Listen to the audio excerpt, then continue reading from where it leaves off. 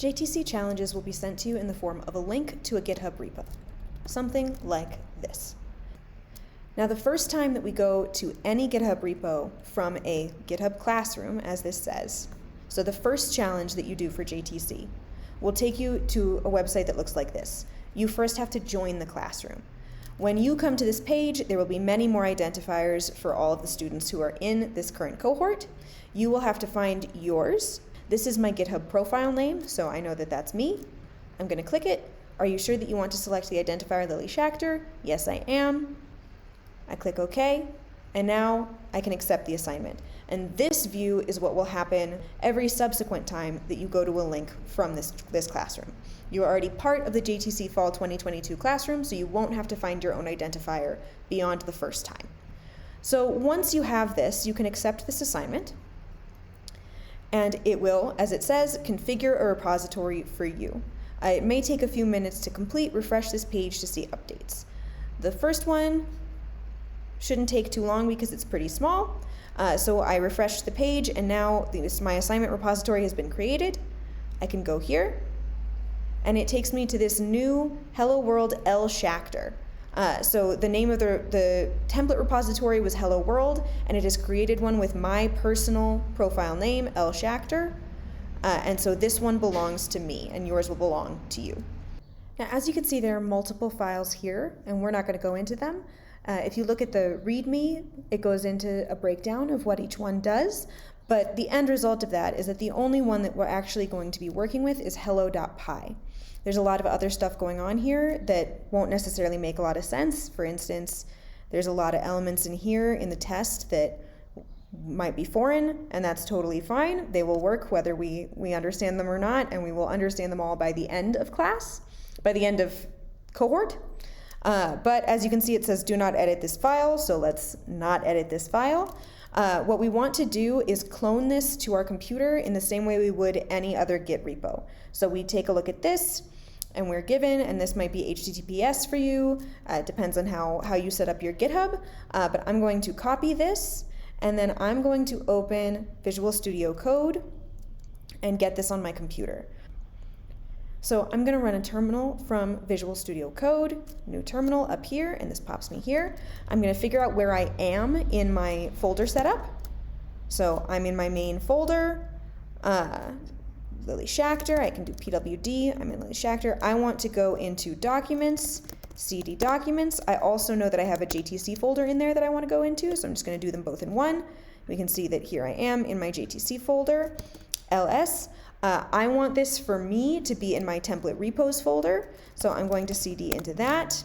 If I ls again, it's empty right now, so I'm going to git clone and paste this line that I copied from right here, and I'm going to hit enter. It's cloning. I'm going to clear so that we can see a little bit more of this, and I apologize, I'm actually going to make this bigger. So now I'm going to ls again, right there. Yeah, see, it was doing a thing. ls again, and now in my template repo folder, there is a Hello World L Schachter folder. I'm going to cd into it. And now we can see almost everything here that we saw here. So we don't see the things that start with a dot. These are called hidden files, and they only show up if we tell our computer to show them to us. But the README, the hello, and the hello test.py, README, hello, and hello test.py. So we have what we are looking for. So now I am also going to open this folder in Visual Studio Code so that we have access to it. Normally, this should work. For whatever reason, in this moment, it is not. So I'm going to go through my Finder, go to my template repos, Hello World Schachter. There we go. I just dragged this folder from my Finder to my VS Code. It opened it up. I trust the author because the author is me.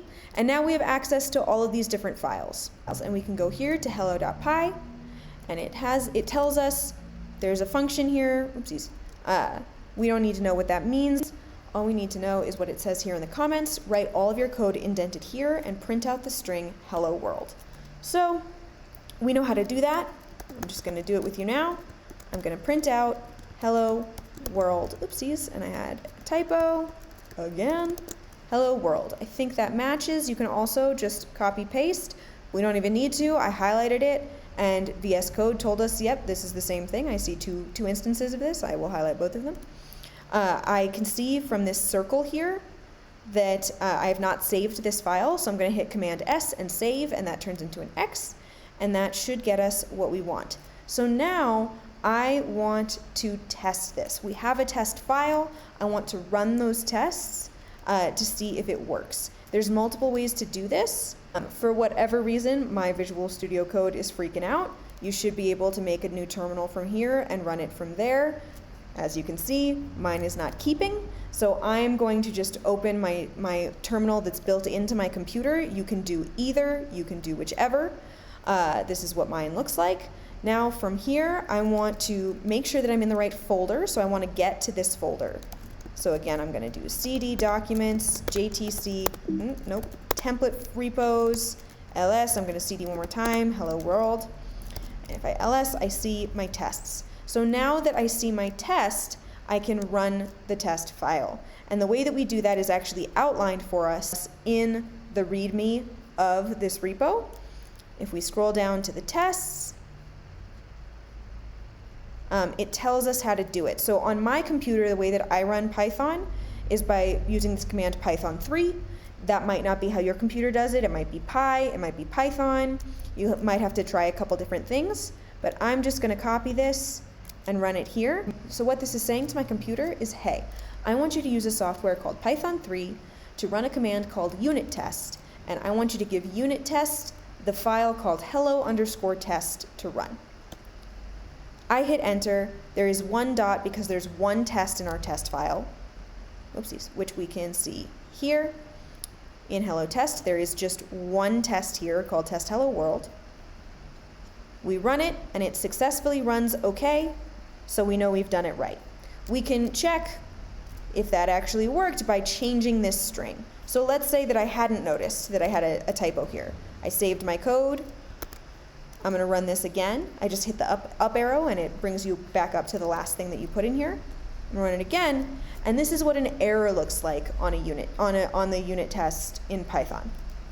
So it tells us a few different things. There's a traceback. It tells us where the problem is, what line in the file the issue is running into, and we can see here it's telling us on line 19 what this test is expecting is for whatever got printed out. We don't need to understand that beyond it's just saying whatever got printed out should be equal to this string. We don't need to know why it ends in a \n at this moment. You can look into that if you would like to.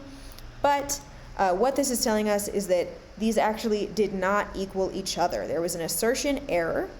Hello world, the expected thing to print out, is not equal to hello world with a capital O in it. And it even goes in and tells you this is the first point where they diverge. This should be a lowercase l, this is an uppercase L. So it's telling us where it failed, which means I can go in and say, oh, I didn't notice that typo. I can go in and fix it. So I lowercase it, I save my file, I go back here and I run it again, and we're back to passing tests. So now that we have passed our tests, we are good. Our challenge is complete, which means now we need to just turn it in. So we do that the same way that we do any other Git situation. We can type git status. We can see, okay, modified. Hello.py has been modified. So we're going to do our 3 steps for any Git to GitHub process. I want to say, hey, I'm good with those changes. I want you to track them.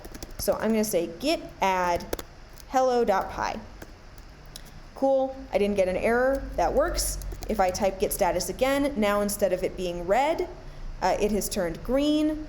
This is saying, hey, we have tracked that file. Are you ready to commit to this change? Yes, I am. So we can type git commit -m for message, and I'm going to add a message here, and I'm going to say add working hello world code. I hit enter. Cool, 1 file changed, 2 insertions, 1 deletion, everything is fine. And now I want to push this change from my local computer to my GitHub repo over here. This is my GitHub repo, right? Hello world Schacter. I want the changes that I made on my computer to go here. So I'm going to type git push, and it did a bunch of things, and let's see if it worked. So now on my GitHub, I'm going to reload my page. And hey, look, it tells me 33 seconds ago a change was made. And here we can see the comment that I added, add working hello world code. So if we go here, we can see that it now prints out hello world. And we can also see that the test ran. So this little check mark tells us that GitHub also ran that test and it succeeded. All checks have passed, successful, wonderful. So now you're done. You have turned in your challenge. What this looks like from our end, when we go in and see if that test has passed, this is what that looks like for us. This is not something you will have to do. I just thought it might be helpful for you to see how we check if that challenge passed or not. So for us, when we go to the classroom, this is what we see. I'm an admin, so I have this admin view, and I can go to this individual assignment, and it shows me everyone on the classroom roster, which at the moment is just me, and it shows me that the latest commit passed. The test worked, you're all set. Which means that once you have pushed your changes to your repo and you get this check, your test pass, your challenge is done, you are all set. You can feel free to ask any questions that you have, play with it additionally, but this check mark means that you have successfully turned in your homework and that it works correctly. If you get an X here because something didn't happen correctly, you can investigate because something didn't happen correctly. You can investigate those tests, you can investigate your code, or you can take it to office hours or work on it with a friend from JTC or elsewhere and see what is missing to make sure that you get that check mark and you're good to go.